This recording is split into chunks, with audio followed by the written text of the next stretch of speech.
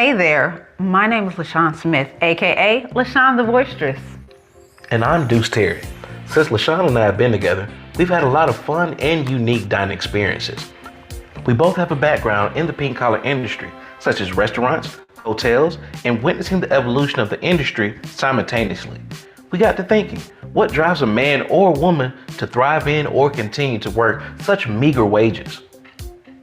While pondering this, we started searching in depth about the pink collar industry and found out the origins of the ways the laws were passed were pretty sinister and predatory and really only benefited the, at the time, white business owners or restaurant and hotel who once had free slave labor, now having to adjust to finding a way to generate the same profit, if not more, and still get away with dirt cheap or damn near free labor. The term pink collar industry is derived from the fact that these service industry jobs were dominated by women, and mostly black slave women.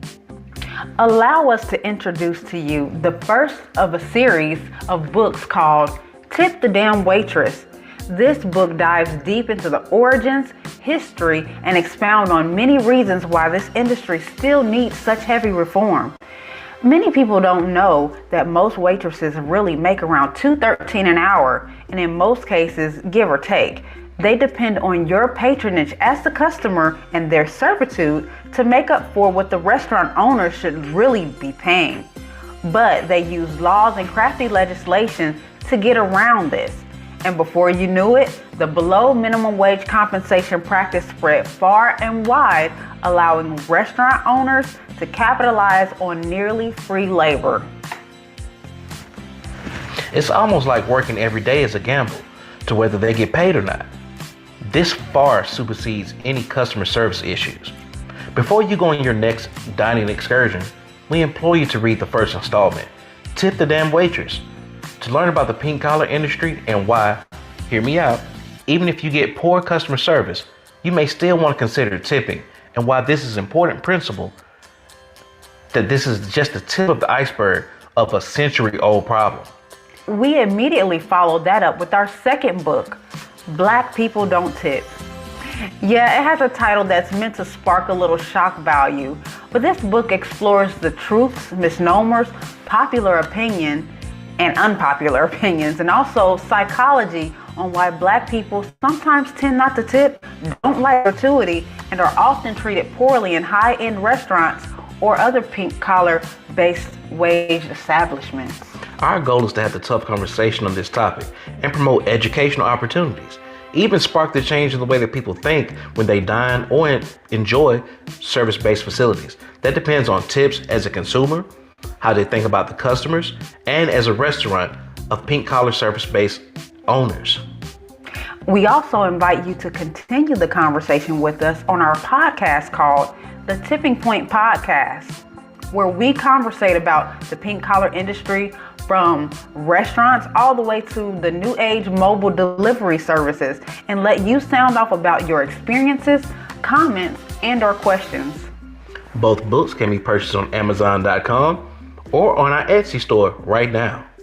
Simply search up the titles Tip the Damn Waitress and Black People Don't Tip, or follow the links provided in this video. Perhaps these books won't hesitate to blow your mind with what you didn't know about the pink collar industry. And also, if you want to link with us on social media for more content and information, just look us up, Deuce Latrice Media, on all platforms. Bye, take care. The Deuce Latrice team is now offering speaking engagements to help restaurant staff and teams improve service and educate diverse customers as process improvement, reset, and soft skills. Education is key. To book us to come and speak with your restaurant staff or management teams, email us at deucelatricemedia@gmail.com or text 706-438-2148.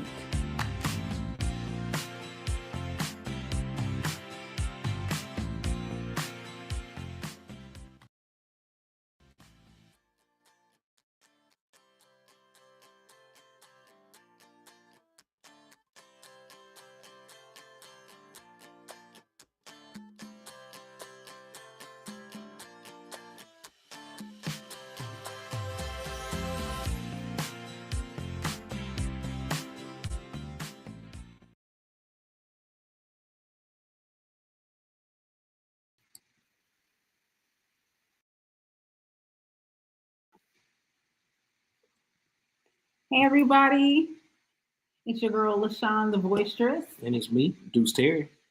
and we are here tonight, and we have a very special guest tonight. But of course, we want to just thank you first and foremost. Hey, William Brown, what's up, family What's in the going on, bro? building? Uh, we want to thank you guys for joining us. We are on 10 platforms tonight. We won't name them all, but we're definitely happy to be streaming and live and in full effect. Please let us know what city and state you are joining us from. And also what platform that you're checking in on. All right. So, like we were saying, we have a special guest tonight. If you are on a fitness journey, looking to transform your body, looking into getting into some New Year's resolutions, we have just the guest that you want to see. We're pretty excited. I have tons of questions. Hopefully, she does consider it as like a free consultation, but we do have your time for a whole hour. So, we're going to make and optimize the best of our time. So, just to do like a formal introduction, she is an executive virtual fitness trainer online and founder of Body by Naledi. She's also a former captain of the Chicago Lovables. Bull. Level Bulls. You got to say it like that. Yeah. All right, so play on words. AKA Love right? Bull. Cheerleader. She has a long tenure of cheerleading and dancing. Okay. So do we want to go ahead and get into it? I mean, and she has a body that won't quit. So, we got to say that. She's a fitness trainer and she has the abs to prove it. You know what I'm saying? Exactly. All right. Without further ado, we're going to bring Miss Naledi on with us. And we are so happy to have you tonight. Hey, how are you? How you doing? I'm good, thank you. How are you? Audio. We can't hear you. Check your volume. Let's see here. How's that? Is that better? Shooting all night too. Still no volume just yet. We can see you. You look beautiful, but we can't hear you just yet. See if there's anything we can do on our end. Audio. Cranked up.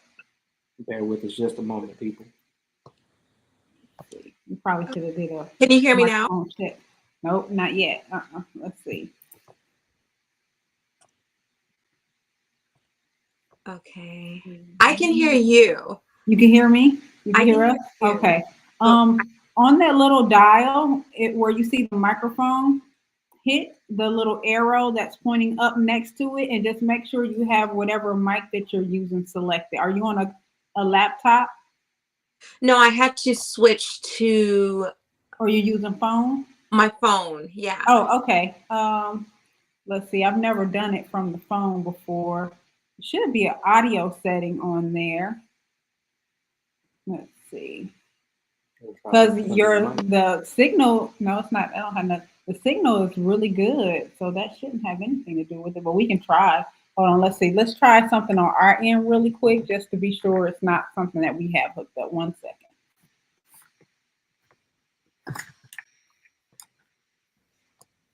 Okay, give it a try for us now. Okay, can you hear me? Yeah. All right, we're gonna do it without microphone. Yeah. We try to be fancy. Our bad. All right. No, it's okay. I don't know. My laptop is here. My phone is here, and I'm just like, I don't know what to do. You gotta be prepared. I don't know if he was a Girl Scout, but I was a Boy Scout, so I always be prepared. We had some issues before, and we have all this studio equipment. We're in our home studio here outside of Charlotte, and we just want to utilize the mic, so have the clarity. We got the fancy MacBook, and we're not Mac efficient. Yeah, we don't. Yeah. So we got all the things worked out. So again, if you want to go ahead and introduce yourself and give us a bio so that people know who you are and what you do, go ahead. You have the platform. The floor is yours. Thank you so much for inviting me, LaShawn. And I didn't catch your co-host name. Deuce Terry. Deuce Terry. You can Mr. Deuce or Mr. Terry. Mr. Deuce, Mr. Terry. Thank you so much for having me. Like I said, I don't know. I'm on my phone, so I'm not too sure what the depth is like as far as you guys see me, but it's okay. Okay, it's perfect. Thank you. Well, I am a former NBA cheerleader for the Chicago Bulls, and I always do this pom-pom move. Because you really does. No, I just the pom-pom. His pops. His bumps. Okay. And I am a health partner online now, especially since I call it when the world ended as we knew it, and transitioned to completely online, and transitioning back into having people in person, particularly for the dance workout DVD that I'm coming out with, that people are able to order and have it in their homes. And I'll be having a weekly YouTube live dance workouts once a week for people to catch me live as well. And yeah, that's me in brief. I mean, women have layers. Like that's Right. the first layer. Well, I want to tell you, I have been following you, and we've been kind of back and forth a little bit throughout the years on LinkedIn. That was where I first met you. And I was like, oh my gosh, she's just amazing. And I have literally watched how you scaled your platform. I remember when you first started doing the marketing for the virtual, coming off of, I guess doing the other styles, and you settled on the virtual. You said something, we were looking at some of your other interviews, and you said something about how somebody had invited you or wanted you to come by in training, and you kind of made it a bottom line, like virtual is the platform. There's no in person, there's no that. Now, I did want to ask you about that. I think that that's great that you made it across the board one way, so that way everybody would have a certain level of access to you, which is great. Now, did you consider safety in that decision as well? Absolutely. Safety, health. I mean, it was a very scary time. We couldn't really, at the time, you couldn't really predict what you were walking into. And I'm slightly a germaphobe, even without everything going on. So whenever my clients in person would ever have the sniffles, I'm like, don't come in here. And they're like, I have allergies. I'm like, you don't know if you have allergies. You don't know what you have. Just don't come to the gym. Just don't do it. So a lot of my clients, they transitioned to virtual because the ones that knew me, they knew that as it was, I am very much somebody who considers your health, and I prefer that you would take the time to sleep and recover, because a lot of times our immune systems break down on us because we don't take the time to not tough it out. Right. And I'm not a tough it out type. I'm like, you get tough when you've had enough rest. You get tough when you've had enough restoration, which is different to rest. It's not being lazy or unproductive to really just fall back and just be quiet for a minute. And sometimes women, because they have a lot of things, they're talking to kids, or they're talking to grandkids, or they're talking at work, they're talking to their husbands, and I do have male clients as well. And then they end up signing up their wives. But it just, what I learned in terms of like safety, it was like a good 360. I think it was a good wake up call for everyone to just take care of themselves. And it's something I always believed in. If you have the sniffles, stay home. And then it became mandated. And I was like,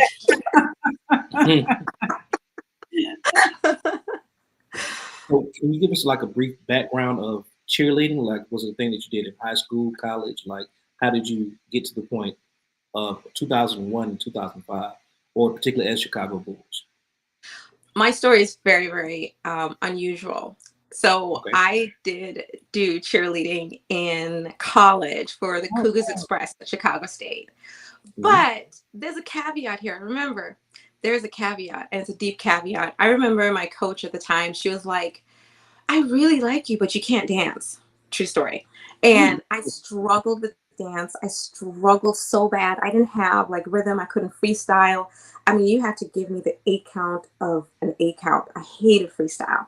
I was very structured. I did modern dance growing up. So I wasn't exactly the poster child for rhythm and dance in college, and I struggled. So how I got on the Bulls was one of the girls who was on the team with me in college was like, I'm going to try out for the Chicago Lovables. And we were bagging some stuff for a fundraiser, and I couldn't care less what she was going to do because she just kept talking. She's just one of those that just keeps talking. And I had nothing against her. I was just like bagging stuff. And then she was like, are you going to try out? I was like, what is it? You know, I didn't really have like a connection to it. That's why I say it's really hilarious, because it wasn't an aspiration of mine to become a Chicago Lovable. It wasn't something that I dreamt of doing. It wasn't something that I pursued in my mind, like I have to do this Right. before, Like the you know. Dallas cheerleaders, right? Yeah, like Right. even though I tried out for them, but I tried out for them for different reasons. I wanted to be one of the trainers on their team, but they already have a dude who's doing it, so whatever. But they remembered me. Anyway, but with the Bulls, with the Bulls, so she actually brought me the application and the return envelope. She did everything to get me to go and try out with her. And when you look at how things are meant to be, um, I put in the work. I went for the audition. It was one of the worst experiences and best experiences. Not worst, like it was traumatic. It was just so hard. Oh, wow. It was so hard, and I worked hard. And I wore my hair like a Halle Berry pixie cut and everything, like really tiny. I was like a $1.10 soaking wet, maybe $1.08 or something. And I was just a hard worker, and I sucked at dancing, but I focused on one 8 count. That's what I did, and my personality, and I just smiled at everybody. And then I met one 8 count. I messed up the other 62,000 8 counts. It wasn't luck. It was definitely something that was meant to be. And she ended up making the team, but she ended up getting let go, and I ended up staying and made captain. And it was just like mind blowing. Captain first year? No, I made captain. I coming out. For the Chicago Lovables, like, you know, they have captains of squads. Okay. So they chose me, you know, I was a lovable, and then they give you the captain role, which is really big in cheerleading world. It's a big responsibility, great honor. But I just look at the irony of the fact that here I was stuffing bags at a fundraiser. And this girl was like, and the way she said it too, she was like, she didn't think I'd make it, right? And I was like, I don't care if I make it. You want to go do it. So was it just for a 4-year tenure, or did you go on to other teams? I just did the Bulls for 4.5 years, because, you know, the seasons are in the half year.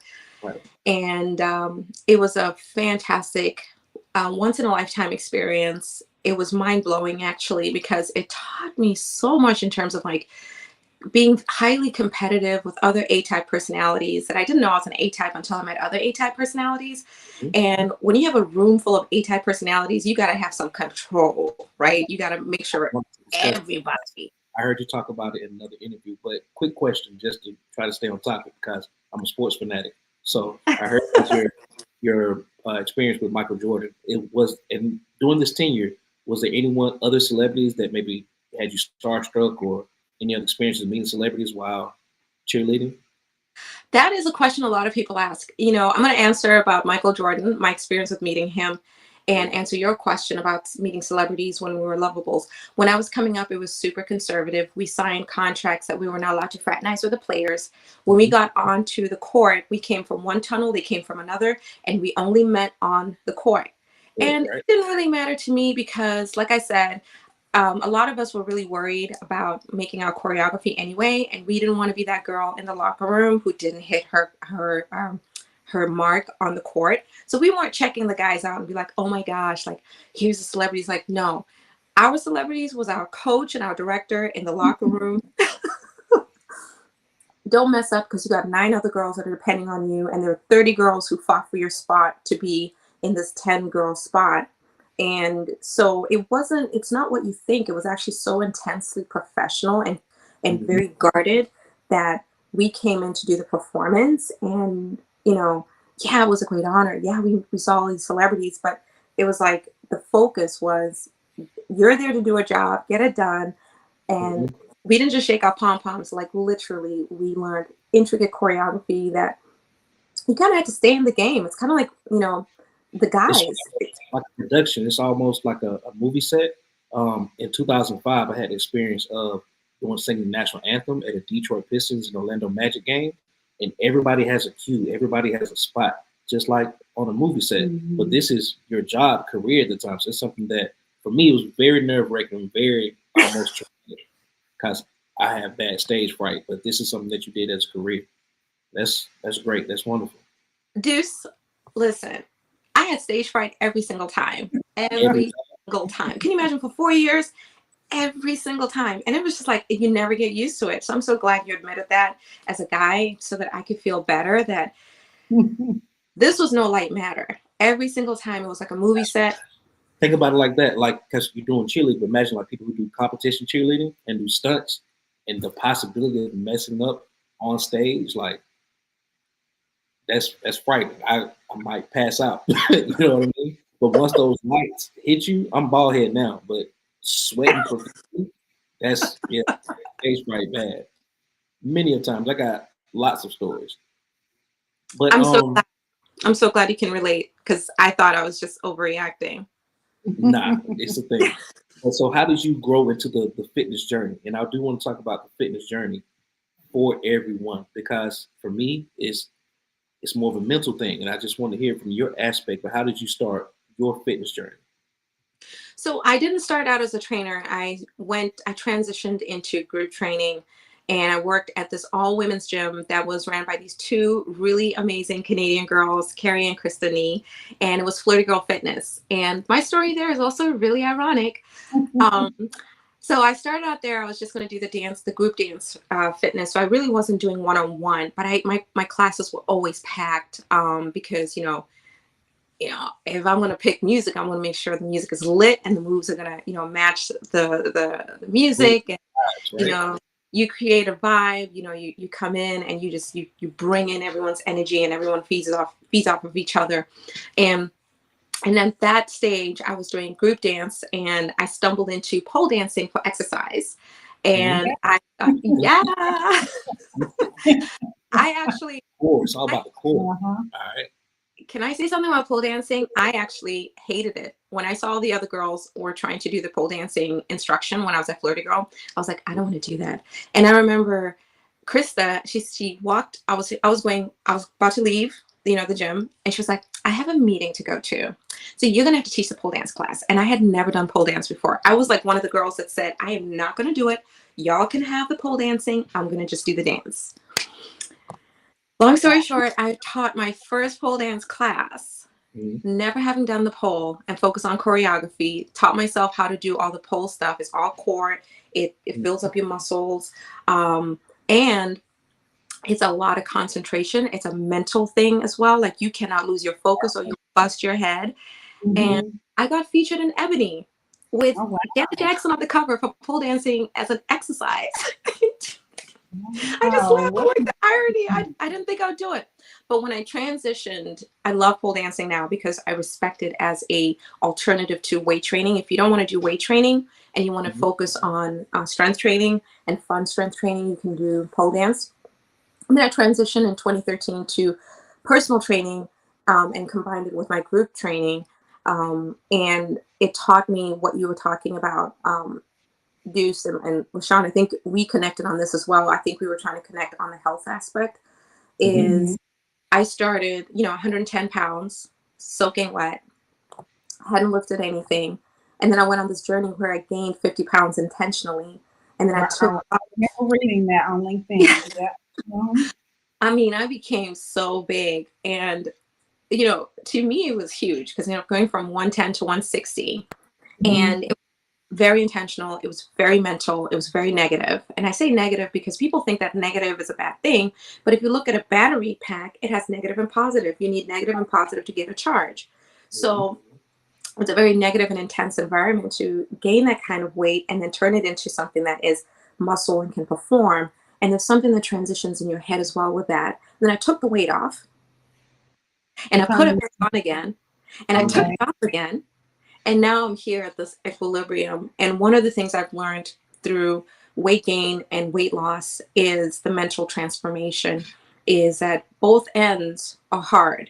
You got to just choose which hard you want to be. Do you want to be a hard that is leaner? Do you want to be a hard that is larger? And the biggest thing for me is body composition, making sure that you have lean muscle mass, because sometimes women, not guys so much, women misunderstand that all weight loss is equal, and it isn't, because you can lose muscle and you can gain more fat. And that's bad for your bones. It's bad for your physiological development. It's bad for... Right. I was in the Army. I'm sorry. We ran a lot. So with the body changing, it's a thing. People hips break. I didn't know that could happen. Mm-hmm. Yeah. So you get it. You know, Mm. I think that being in the Army gave you that education, and being a man is something that helps with understanding these aspects of personal training or physical transformation. And I think the biggest thing, the biggest takeaway for me is that women can understand and relate to, and I'm I'm not dissing anybody, but women can relate to things like working hard for maybe getting their hair done, or if they have children. But when it comes to physical transformation, women tend to not want to understand that it's a very disciplined violence. Like it's not a cuddle walk. It's not, there's nothing. And that's why I smile so much. But then when you do my workouts, So it's kind of like it's like the glory. So I was gonna just ask you about the pole dancing real quick. Would you consider pole dancing kind of like an extended form of calisthenics? Because you have to be able to use your own body weight, upper body strength, pull-ups, of course. that, and also weight training. I put them in the same ballpark, because if you're pulling your weight against gravity and you go all the way up to the top of that pole, it is so hard. Oh my gosh. They make it look so easy though. And then you got to smile, and then you got to do some kind of twirl or all of that. Like it's a great workout for women who are like, I don't want to always pick up a dumbbell or a resistance band. Mm-hmm. Got it. So but I'm not the fitness down to a science, right? So I was an athlete, of course, before I was a soldier. I tried fitness training, but the consistency and the way my body was set up. So like I'm total dad bod right now. So you spoke on losing the weight and gaining the weight intentionally. How much of that was nutrition over fitness? 100% nutrition. So whatever body you design is 100%, well, 95% nutrition. So it's important to understand your body at different phases of life. So you say you're a dad bod now. Your body is someone completely different, and you have to get to know them all over again. 5'6", 240. And my body composition is supposed to be roughly 170, 175. Normal 21% body mass. Yeah. Well, so let's go into that. 2 times what I'm supposed to be. Let's go into that. You're touching something that is very, very important to me, and in terms of like weight and body composition. I'm 5'2", and right now I'm about $135, $140. That's my equilibrium. But all the charts say that I'm overweight and borderline obese, right? But if you look at my pictures of me at 140, like even just today with this dress that I posted for me being on here with you, LaShawn, it's just, I'm not obese, I'm not overweight, right? So it comes down to, what's your equilibrium weight? What is that weight that makes you feel so powerful and strong and energetic? You don't feel sluggish in the morning. That's how I equate what your best weight is, without, trying to give people any medical advice, because you got to look at other stats like your blood pressure, your body composition, your waist ratio, what your waistline is, and all of that. But in terms of what you're talking about, Deuces, in terms of like the transformation and it being nutrition, it's a combination of understanding the stage of life you're at right now. How do you feel when you wake up in the morning? What kind of quality of sleep are you getting lately? Study yourself for 30 days. If you're waking up sluggish and tired, something's got to change in your nutrition, in the way that you measure your quality of sleep. And a lot of people don't have a good bedtime routine. So they go to bed at random times, especially the creatives or people that have shows. I don't know what time you guys go to bed, but it varies. Rare. So then that contributes to the your body not being able to actually go into that hormone stage, but for both men and women, to produce lean muscle mass, to make sure that your body doesn't have too much stress hormones like cortisol being stored up. if you're not sleeping, if you're not resting, if you're not eating the right amount of macronutrients, you're not going to build lean muscle mass. You're not going to change your body. Your body will just change for the, it will just, actually our bodies don't plateau. They just change. And then one day you wake up and you're like, wait, this is not the body I signed up for. And, and that's why I think that everything has to be taken into consideration. What time do you go to bed? What time, and if you have different times of going to bed, then you're going to have to teach your body to go to sleep at different times, but it has to sleep a minimum of 7 to 8 hours in order for you to see any changes, whether you want to gain muscle, you want to lose fat, you want your workouts to work for you. Because if you work out and you don't sleep and you don't eat well, and even if you eat correctly, if you don't sleep, if you don't get rest, when your body does not shut down, it cannot reboot again. It's just like a cell phone. A cell phone will die on you. Will just die. If you don't charge it up, it will die on you. So just because we don't die doesn't mean our bodies don't have or experience that same level of burnout where it's just like, okay, you're not treating me right, so I'm not going to give you any results. I'm not even going to, I'm just going to give you, I'm just, yeah, it's just going to fall back and give you whatever. Right. Does that make sense?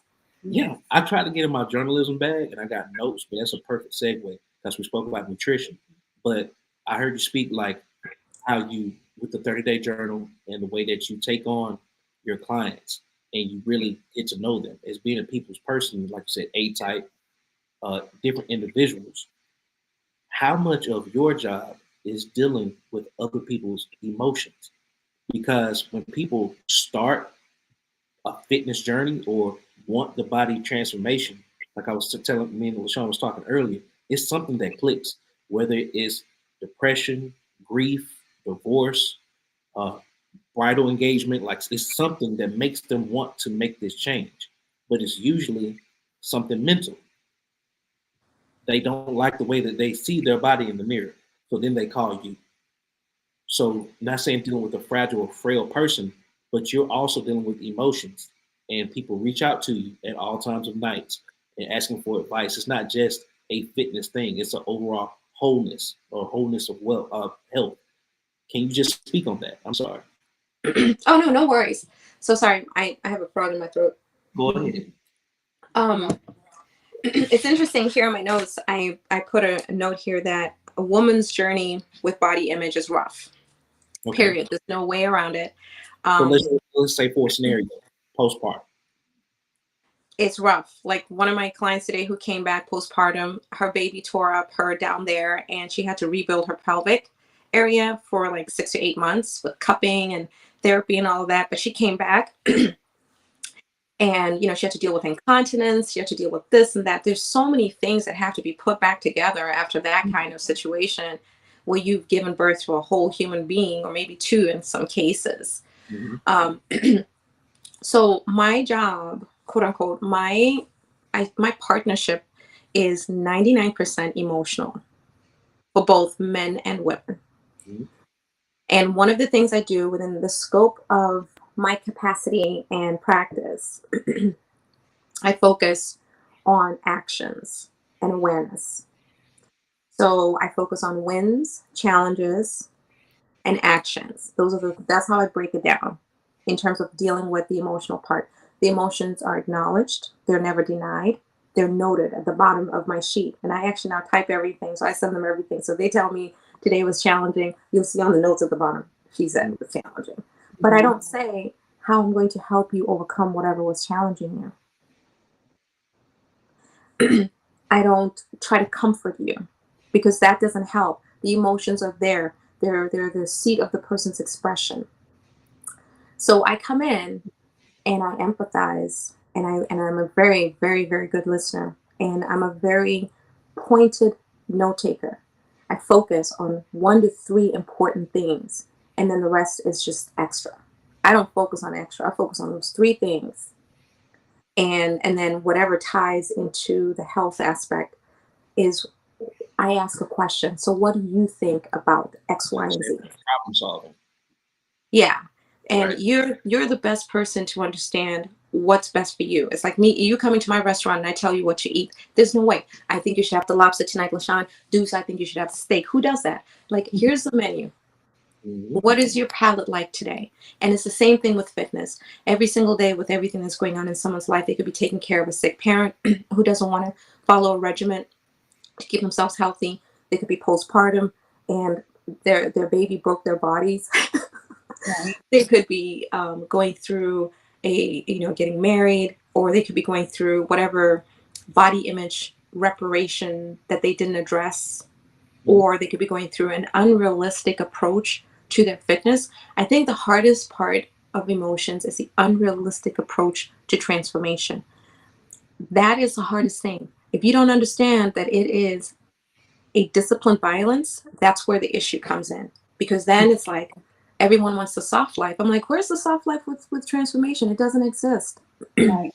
You try to consider it, calling those three things like the roller coasters. So when people come to a hurdle in their fitness journey, can't you tell by now, like when someone's tapped out or want? Absolutely. Yeah. How do you deal with that? Mm-hmm. I mean, you just take it on as losing mind, or you still try to push and motivate? You can't push and motivate because I don't believe in that. Right. When Okay. someone's tapped out, when the life just happens, you just fall back. You fall back. You let people come back together. And when people come back together, they choose you and you choose them back. If that makes sense. Because Absolutely. people are naturally self-led. I'm a partner. I'm not an enforcer. I'm not draconian. Drill sergeant. No, I'm a very smart drill sergeant though. I'll just like I'll try to figure out your personality type and then I'll just like sneak it in your program. And get your results. I'm about getting results, but results don't always have to come. You can be subtle and still be disciplined. How do you also deal with people that come to you for maybe 6 weeks and they don't get the results? Because the way social media is, the way that life is set up these days, Glorified, people want quick result, instant gratification. Mm-hmm. So what do you tell people like, oh, I don't have abs yet? Like, I don't know, like the expectations, but how do you respond? That's a big deal. I was speaking to this one guy, he's a male trainer, and dealing with retail clients and dealing with professional athletes is two totally different avenues, right?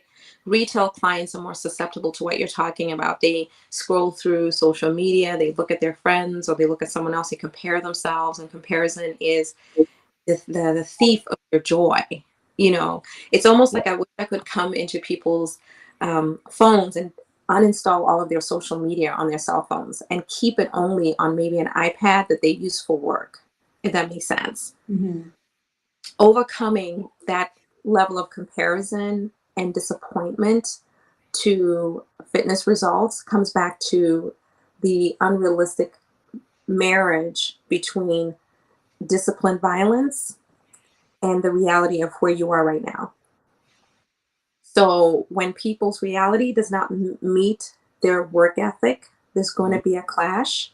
And honestly, there's nothing you can do about that other than just let them fall. It's kind of like watching a 2-year-old run, fall on their knees. They're eventually going to pick themselves up and get walking, and then they'll get to 4 years old and people just mature. I think that fitness is more of a maturity. And I guide people into maturing into the fitness results that are good for them at the stage of life they're at. They may not appreciate that approach, but it works. Because you know what? When you grow up and you understand the process better, when you start to respect the process better, you get better results. Versus me trying to lie to you and be like, in 6 weeks, you're going to have a six-pack like me. I can get a six-pack in 6 weeks, okay? Don't compare your heart to my heart, because my heart came with 10 years of mastery.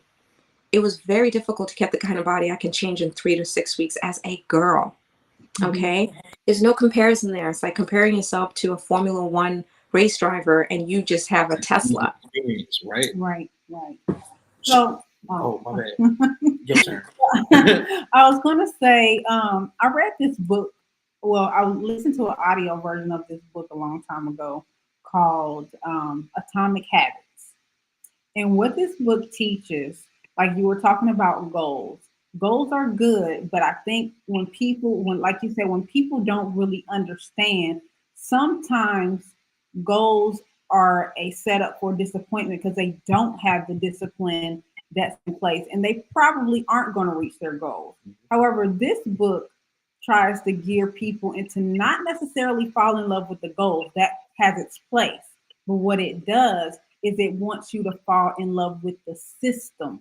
Yes. Because once you fall in love with the system and the habits that you start replacing the bad ones with the good ones, then it doesn't matter, because over time, even if these are micro habits, over time they become the big habits, and then eventually you'll reach the goal. But sometimes people get so centered on the goal, and when they don't get it right then and right exactly when they think that they should, then they quit or they relapse, or they fall back. So I mean, it's definitely exercise definitely should be goal oriented. But if people don't fall in love, like what you said, with the violent nature of it, and like how the jocks, when they just start praising the obsession or like feel the pain, they start like loving that part of it, because it becomes like, but I think like that's kind of like a rebirth that you really have to go through to get baptized over into the other side of loving the pain that comes with working out. And I have not made. I personally know like some competitive bodybuilders. Mm-hmm. It gets weird in the gym. It gets so weird. I'm sure. It's like that's extreme. They get progressive is crazy. I'm sorry.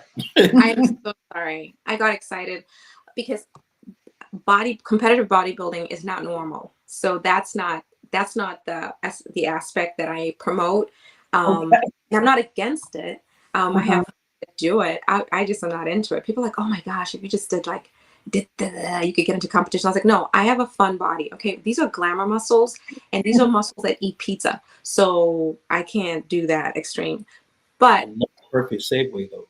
So we talked about the maturity and the violent discipline to it all. But how do you feel about, yay or nay, plastic surgery? Here's the thing about plastic surgery. It's a very personal decision. And I will say this right now, I am I haven't grown up, but I am a woman now, if that makes sense. I'm still very childlike, because I think that having childlike qualities is important, because then you don't get too stuffy and you don't get too like, I can't do this because of that and the other. However, in my 20s, if I'd have made a couple $1 million in my 20s, I would have gone and gotten plastic surgery, unfortunately. And that's something that I want to admit. I was like, I understand the drive to do it. And I'm so glad I didn't have the cash at that time, because what I learned as a trainer is how to earn my body. When you earn your body, you earn a mindset. You earn a transformation internally that cannot be put in you by cutting yourself open. And I'm not against plastic surgery. Like I said, it can stifle the process that you need to go through to earn the very thing you're trying to change about yourself. And anytime you stifle that process, whatever you get too quickly without having gone through the process for it, you may not even enjoy it. And then you go for another surgery, because you keep trying to replace. To go get a BBL and then hire a trainer to maintain the BBL.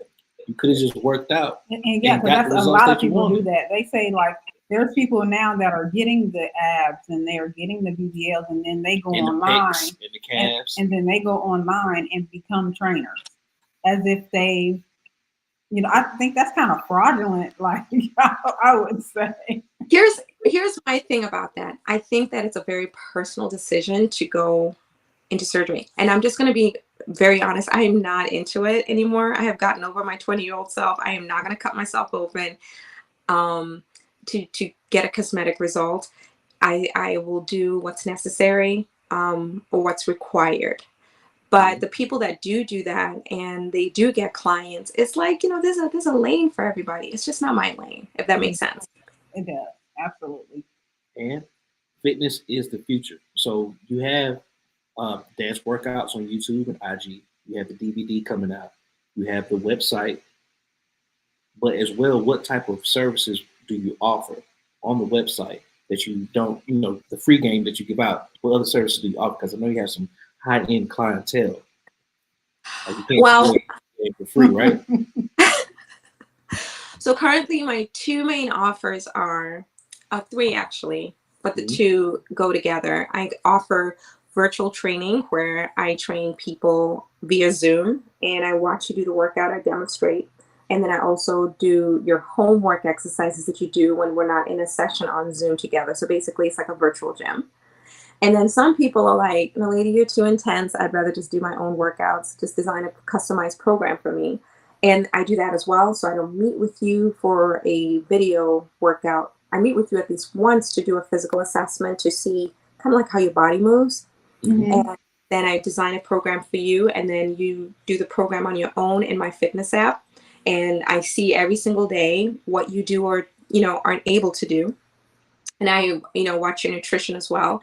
I use the free app, MyFitnessPal, which I like because even if you stop being a client, you come back being a client. If we're friends on MyFitnessPal, I can always jump on there and see how you're eating and what your nutrition looks like. I also have a service where I can design your meals, and you can cook your own meals conducive to your calories, your macronutrient needs, and your goals.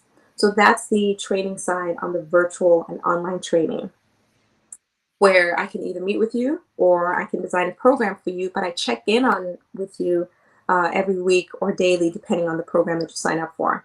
And of course, the main product that I want people to really sign up for, and it's not to say training isn't it, but I'm saying in terms of like just getting people out of a sedentary lifestyle and moving, is the dance workout DVD.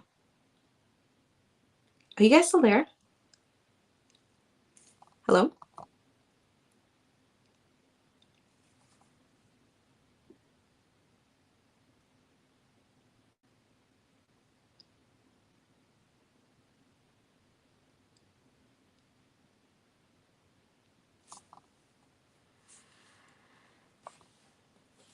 Let's see. Okay.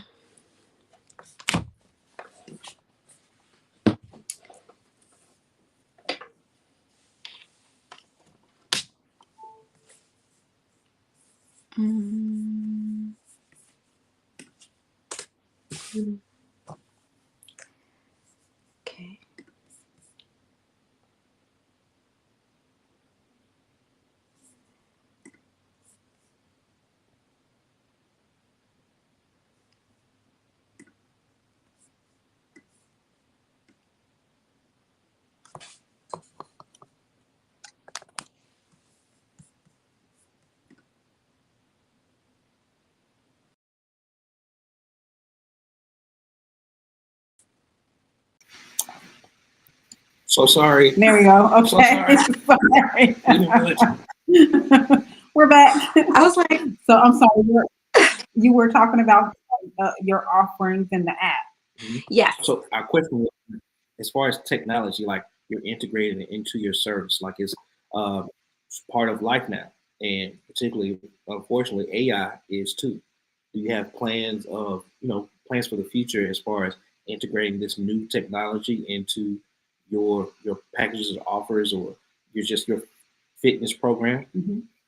Well, AI is kind of, it can't apply with a dance workout DVD. I wish it would. Man, it would cut my rehearsal times in half.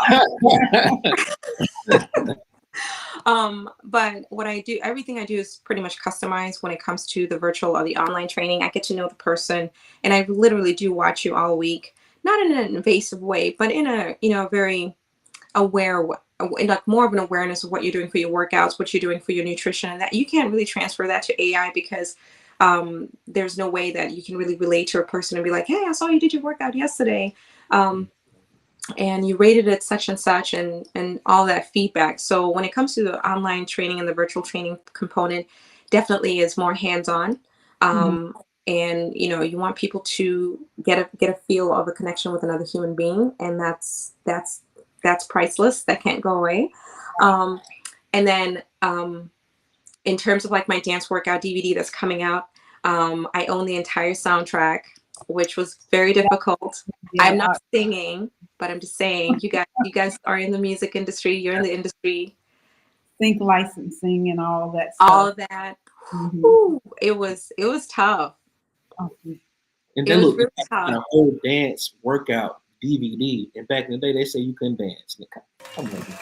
I'm just saying, I had to work harder than everyone else to get to this dance level.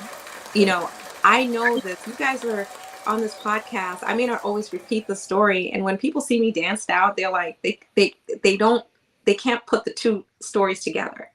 That this girl couldn't dance, and now she's over here, you know, with a dance workout DVD. And it's So all freestyle, like every week you do, or is it like every day? So the dance workout DVD is one, and it's going to be a 50-minute workout of just dance, pure dance for all levels, all fitness levels. And it is more of like a dance conditioning because it's going to be dance choreography that you can learn and do and easily, and you can repeat it, but it's like between 200 to 500 calorie burner.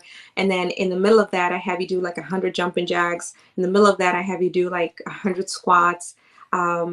So it's dance conditioning. It's going to be dancing, but then I also interject a little bit of conditioning in that. And that's one DVD. Now, so that I can, you know, build my community online, I'll have one weekly dance workout with me live for you to do with me. Emphasize to people like how important the conditioning is. You just can't go and take the most extreme measures with fitness or nutrition or diet. You just can't go fasting for a week without prepping the body. You have to stretch and all the growing muscles and everything before you hurt yourself trying to do like 50 reps of whatever. Emphasize on conditioning. That is a very, very big deal. Thank you so much for bringing that up. And that's why I call it dance conditioning, because, you know, we might have some twerking routines in there, but I'm conditioning you. That's a squat, and that's endurance. You know, we have and core and all of that. So a lot of times people just want to jump into things, and that's what the dance conditioning DVD is. It's more of like an easing into a cardio workout that I would recommend that you do to raise your heart rate, build lean muscle, and get in really good shape before you get into a training program, whether it's with me or it's with another trainer and all of that. And it's important to understand conditioning in your habits, like you mentioned, LaShawn, earlier with that book, because without stacking your habits, you're going to be lost. Like if you just want to do one thing right and consistently and then stack another habit consistently, you'll be more successful than just jumping in and doing whatever, 50 reps, and then not doing anything for another month.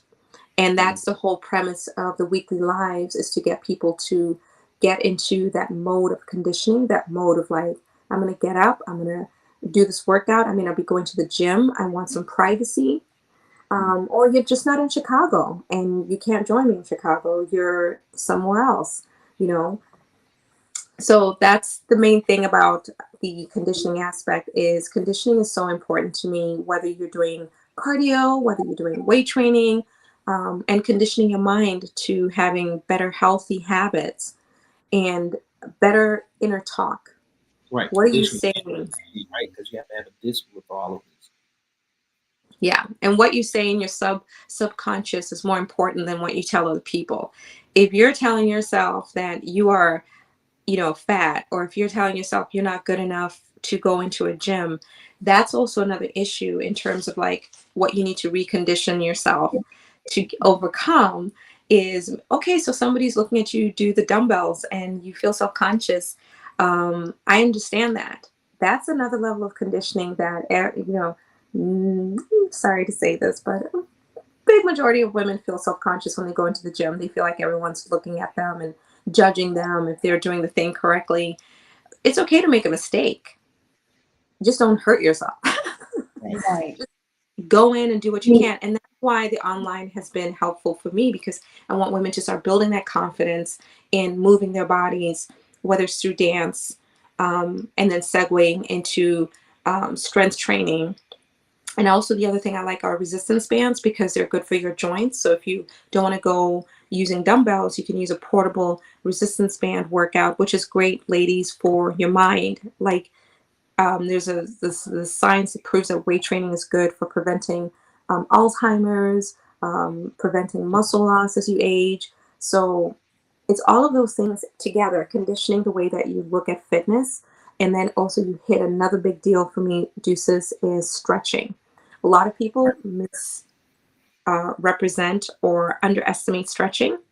And one of the things I would do in person that a lot of my clients would look forward to is the post session stretch.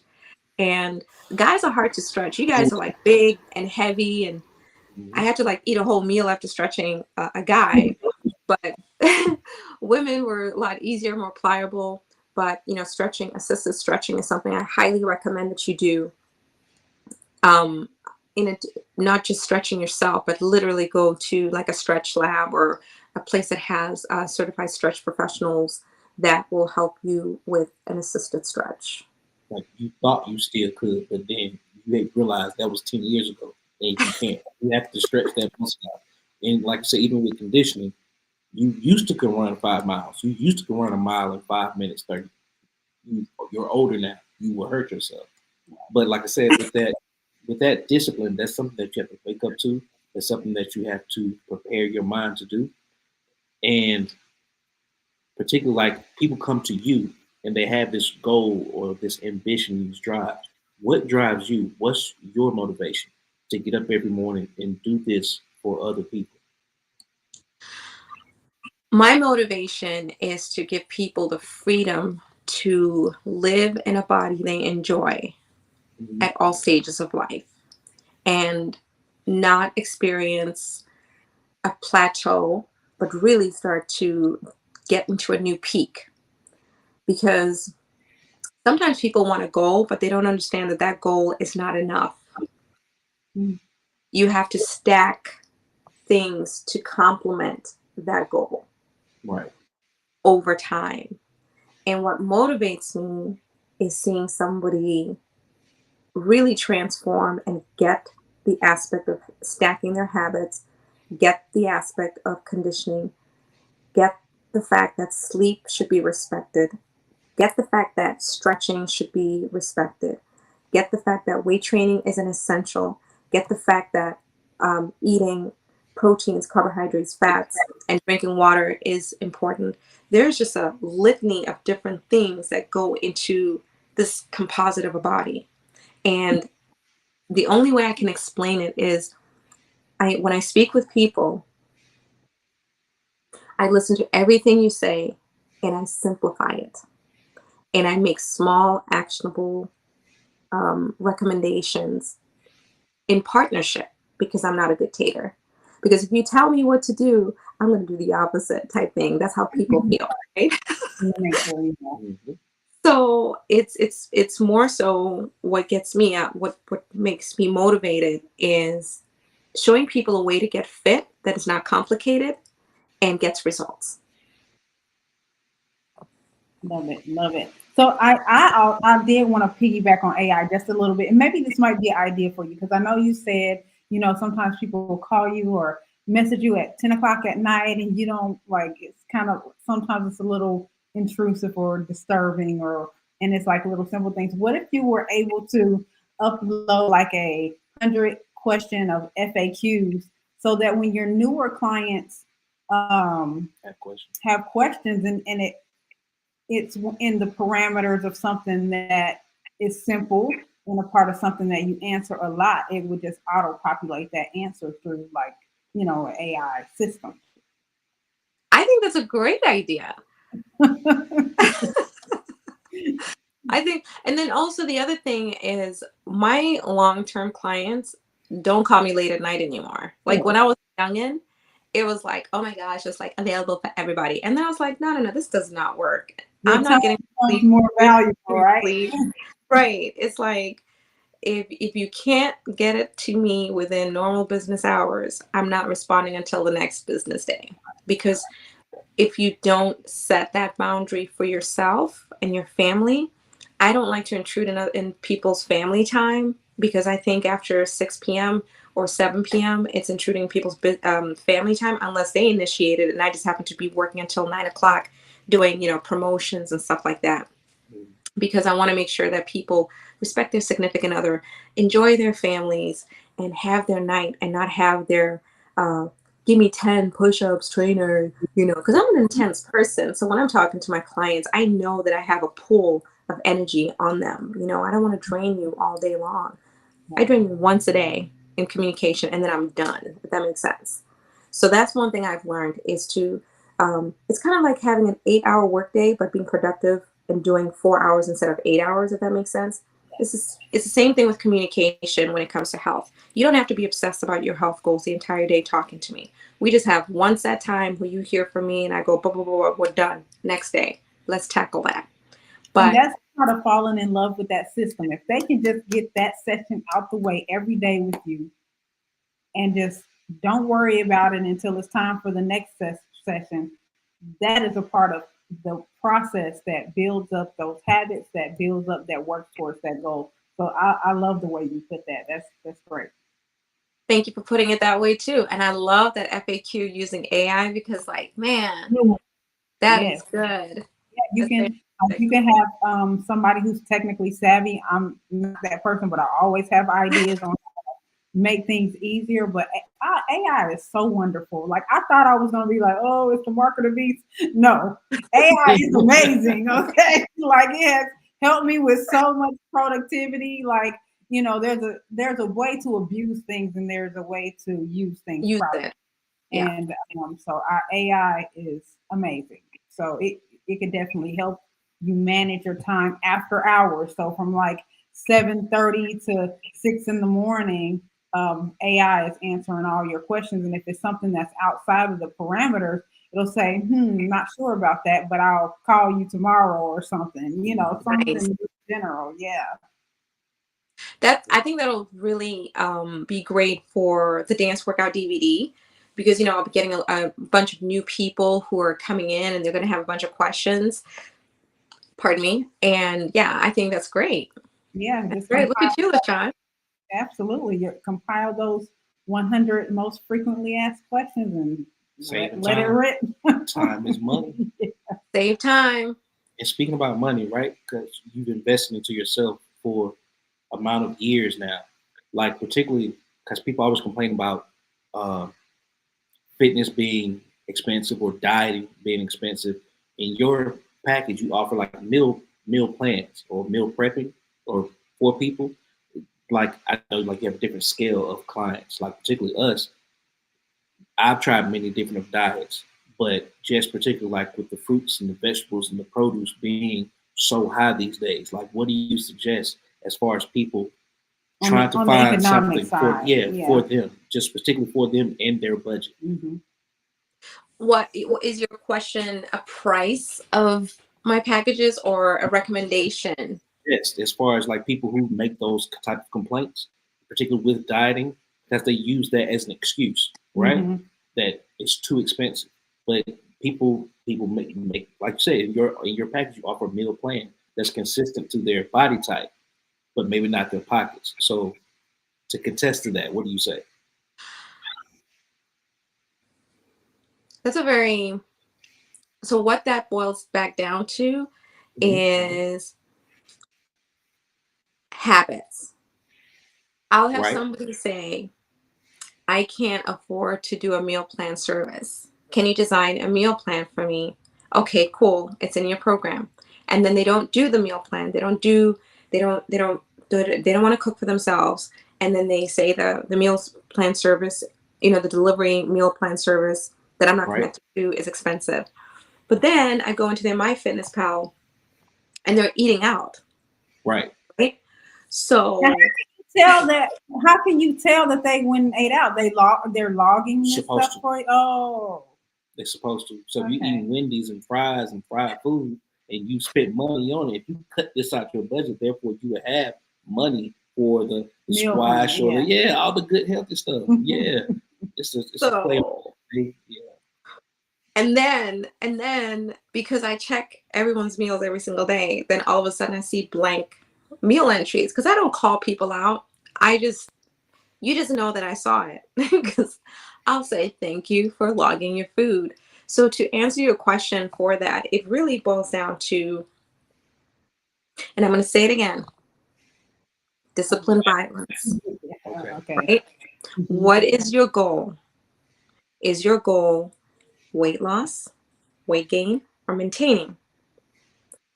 Even if you maintain, you still have to be disciplined to a certain degree, right? And I'm not talking about a discipline that is hard to bear, that's one that's like difficult to get into. You're going to have to boil the eggs yourself. You can't always get boiled eggs from the store. Boil your own eggs. Set aside time to have meals ready in the fridge. You know, I've started to meal prep my salads, which I never used to do before. I just decided, you know, I'm tired of making salads from scratch, so I just stack a bunch of salads, and I would have a salad with every meal. And juicing and smoothies, yeah. Yep.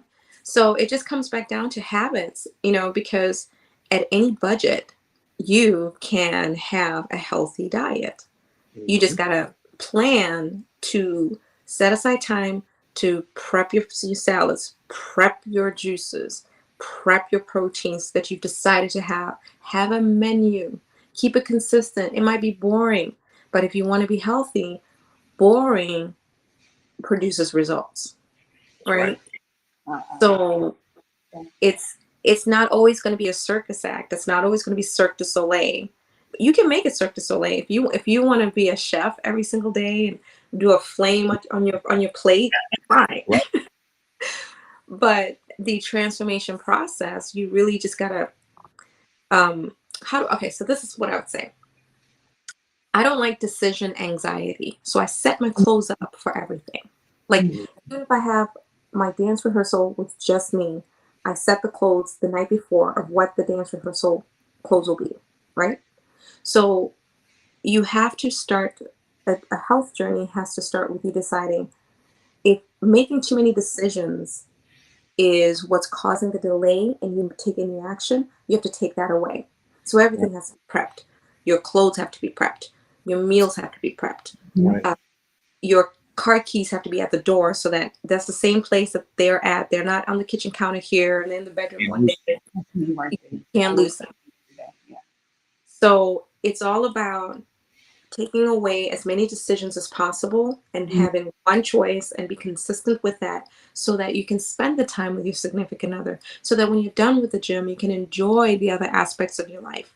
If your life is cluttered, haphazard, and you're constantly doing different things and you have no system in place for your health, that's where the anxiety comes in. That's where you'll go to Popeyes instead of, you know, eating the salad in your fridge because you know, you haven't decided to have that discipline and that level of a kind violence, not a violence that's like bad or anything. I'm talking about like, this is a decision we're making for this year. I'm going to get in the best shape possible. And this is what I'm going to do about it every single day for the next month. Gotcha. That's some foundation. So, Naledi, we want to go ahead and give you some closing remarks. If you could, just for the people, for the fans, for the people that's listening, can you give us a positive affirmation to take away from our conversation from tonight? A positive affirmation. Let me check my notes. Affirmation bag. And while you're looking, just recap on how people can reach out to you, your DVD, which I do have the flyer pulled up. If people want to, they can actually, if they're on their computers, or they can actually screenshot that and go to the QR code that you have on there so they can see that there. Thank you. Yeah, so tell everybody how they can get in touch with you on social media. I know I frequent with you in your posts on LinkedIn still. That's where I still see, you know, your things. And I was like, you know what, I need to get with her. You got Bodies by Naledi on Instagram. Bodies by Naledi. So let's let her give go ahead. Yeah. Thank you so much for the plug. So yes, they can scan the QR code, or you can, another way is you can subscribe to my YouTube channel at Body by Naledi. You guys gave me that tip because I totally forgot about that. And you can also text me at 847-860-6268. I'll repeat that number again, 847-860-6268 if you have any questions. I'm taking pre-orders right now for the dance workout DVD. We're still in pre-production. Everything is done. It's just, you know, I think you guys understand how this industry works. Everything is done, so we're doing pre-orders. And then once the DVD is shot and edited and all of the bells and whistles are put on it, it'll be mailed directly to you. And it'll also be available as a downloadable video on demand. So if you didn't want the DVD, you can also do a video on demand option as well. And yeah, my Instagram is LaCityB23. But I'll just focus on the YouTube for right now on my cell phone, just to make it a little easier for people. Or if you're on LinkedIn, you know, comment if you're seeing this, or if you're on Facebook, comment if you see this, and I'll be happy to get back to your comment. You know, you said about a positive affirmation. Have fun. I have it here at the top. Have fun, change your body, and free your mind. I am all about making sure that the experience is fun. Mm-hmm. The experience changes you, changes your mind, changes your body. Change is a very unavoidable thing, right? You got to choose your change. So by having the dance workout component, I'm trying to introduce the fun side of me, because I'm actually more fun. Not really a hardcore trainer or anything like that. I just like the benefits of weight training, and I have seen the benefits and I live the benefits. That's why I emphasize, you know, making that a core part of your routine, even once or twice a week. I say get a assisted stretch at least once a month. I would say every week, but you know, some people, it's just a lot. You know, maintaining the body is a lot. So I would say do strength training once or twice a week. Do my dance conditioning once a week. It's because it's kind of hard. And maybe I shouldn't say that. Maybe I should just have you just try it out. Maybe not hard. Just tell them it's challenging. Right. Yeah. It's challenging. Right. It's challenging. I had to anyway, but in terms of like a positive affirmation, I think that it comes back to disciplined violence. I think that there's this misconception that motivation is something that'll keep you going. It's almost like thinking that you deserve something because you worked hard for it. You don't deserve anything, you know? And just take out the entitlement of what you should get because of the work you put in. Right. Just put in the work, organize that time, and keep it within that box. You know what I mean? This is the time for this. Do it, get done, move on. Right? So I'm not, when it comes to like health and transformation, there's really no wiggle room in terms of like it being like a super amazing and inspiring. It's not. It's negative and positive. And that charge, Consistency is key. Mm-hmm. you know, you can't even be consistent. Motivation, consistency, that stuff doesn't work. You just got to get up every day and get it done. That's it. It doesn't, maybe you weren't consistent in weight training for 3 weeks. You can still get results. Just get it done. Whatever it is, you know, you get up, put gas in the car, you're going to get from point A to point B, right? I'm just, keep it simple, get it done. Don't feel like it? Okay. Tomorrow's a new day. Get it done. Stack it. Fist bump. Oh, yeah. I love it. Thank Does you it make sense? Huh? I hope it made sense. I hope Oh, it does. Absolutely. Motivated. Absolutely. Yes. So we, you know, this has definitely been an inspiring night for us. Like I said, I've been watching you on LinkedIn. We've interacted from time to time, and I finally get a chance to meet you up close and personal, and it's nothing short of amazing, which is what I expected. Your personality is just so bright and shiny. I know that you'll automatically attract the people who are supposed to be in your tribe to you, because you just have a very beautiful personality and just beautiful all over. And I thank you for taking the time out of your busy schedule to come on the Late Night Hype Show with us. Also, we also have a food vlog. So whenever we're in Chicago, Yeah. take us on a little tour. Oh. For sure. You guys are foodies? Why Yeah. do people tell me that you're foodies? We are. We started a show a couple of months ago called "Where in the Carolinas," since we're here in North and South Carolina. Like we work in North Carolina and South Carolina, Right so border. we eat all around, and so we like record our experiences, and we're getting some episodes out. And so. I heard Chicago got the eats. Yeah. That's what I heard. So we'll go nationwide soon. That's amazing. And we got flight benefits. So anytime You know, that is amazing. I'm gonna take you guys up on that. If you come to Chicago, here's the thing. I'm a foodie, and a lot of times I don't want to admit that I'm a foodie because, you know, believe it or not, women don't want to hear, "Oh my gosh, like you eat like that." I'm like, yes, I work out, so I eat like this. Yeah. right. You gotta feed the machine. You gotta feed the machine. Just work to make it look halfway decent. But for sure.